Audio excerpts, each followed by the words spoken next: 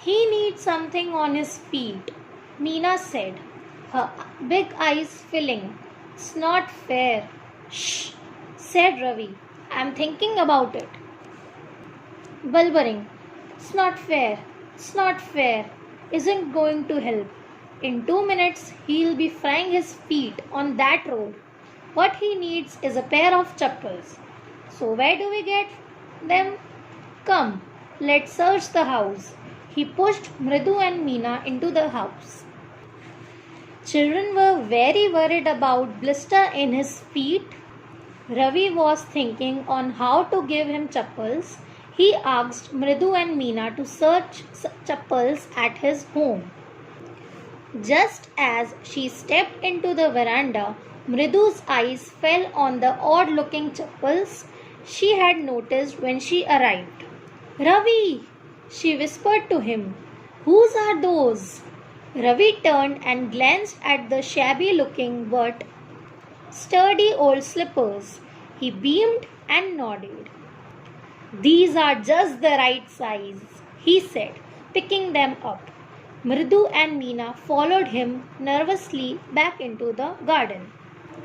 While walking towards house, suddenly Mridu remembered that she saw an old chappal when she arrived at Rukumani's home, but they didn't know whose slippers they were, and picked it up. Here, said Ravi to the beggar, dropping the slippers in front of the old man. Wear these and don't come back. The beggar stared at the slippers, hurriedly flung his towel over his shoulders, pushed his feet into them, and left muttering a blessing to the children. In a minute, he had vanished around the corner of the street. Without having a thought of whose slippers are those, they went to the garden and gave it to beggar and asked him to never come back. He became very happy and wore those slippers and gave blessing to the children and went away. The music master came out of the house and took an unappreciative look at the three of them sitting quietly under the tree playing marbles. Then he searched for his chappals in the veranda where he had put them. By the time Lali's music classes got over and music master came out of house and started searching for his chappals. Lali, he called after a few moments. She hurried up to him. Have you seen my chappals, my dear? I remember having kept them here. Ravi, Mridu and Meena silently watched Lali and the music master search every corner of the veranda. He scurried around looking over the railing and crouching near the flower pots to look between them. Brand new they were. I went all the way to Mount Road to buy them. He went on saying, they cost a whole month's fees, do you know? Music master called Lali and asked her to search for his slippers and searched every corner of veranda and between flower pots. He went on saying that his slippers were new and bought it with his month's fees. Soon Lali went in to tell her mother. Rukumani appeared, looking harassed, with party following her. Where could they be?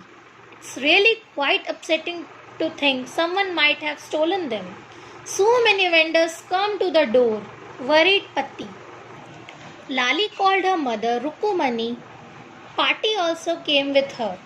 They thought that someone has stolen his slippers as many vendors passes by their home.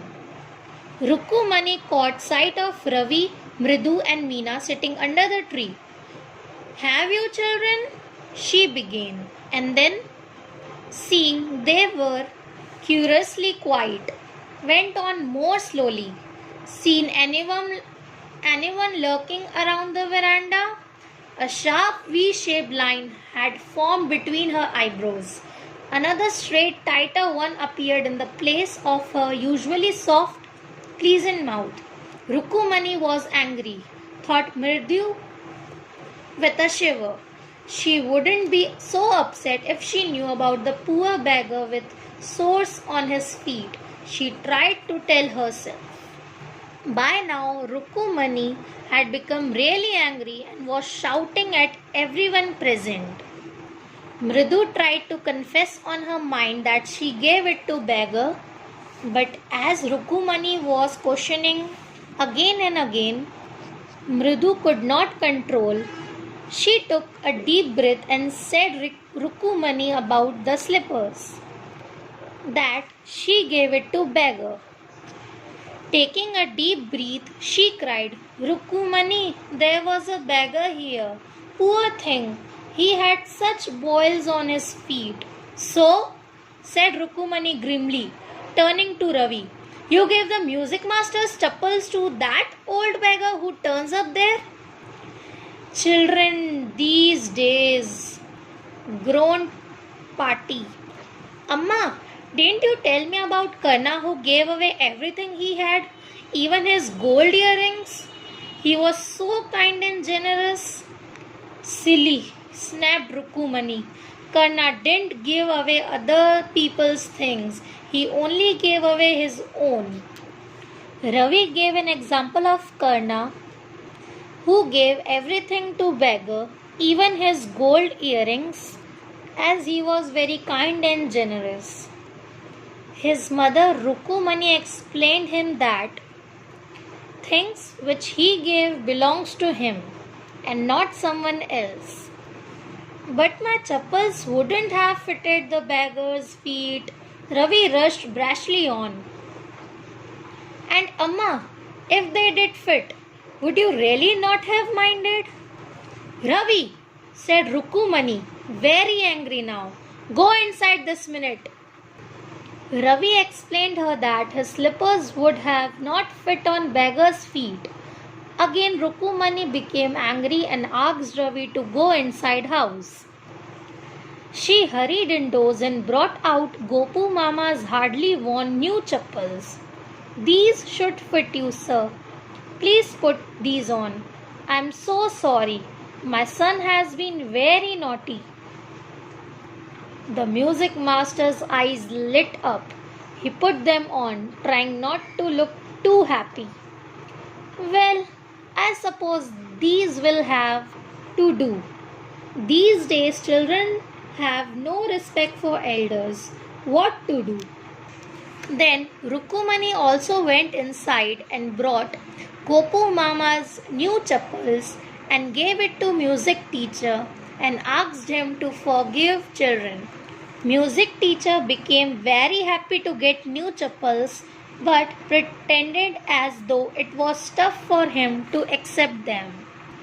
He also said that nowadays children don't respect elders. A Hanuman incarnate, only Ram can save such a naughty fellow. Rukumani's eyes flashed. She didn't seem to like Ravi being called a monkey, even a holy monkey.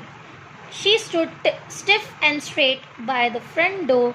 It was clear she wanted him to leave quickly.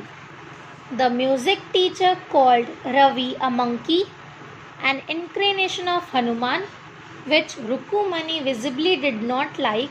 She wanted the teacher to leave home immediately. When he had clattered off in his new chappals, she said, Mridu, come in and have some tiffin. Honestly, how do you children think of such things? Thank God your Gopu Mama doesn't wear his chappals to work. As she walked towards the kitchen with Mridu and Meena, she suddenly began to laugh. But he is always in such a hurry to throw off his shoes and socks to get into his chappals as soon as he comes home. What's your mama going to say this evening when I tell him I gave his chappals to the music master? After the music teacher had left, she called the children home and offered them snacks. She thanked Gopu Mama did not go to office wearing chappals.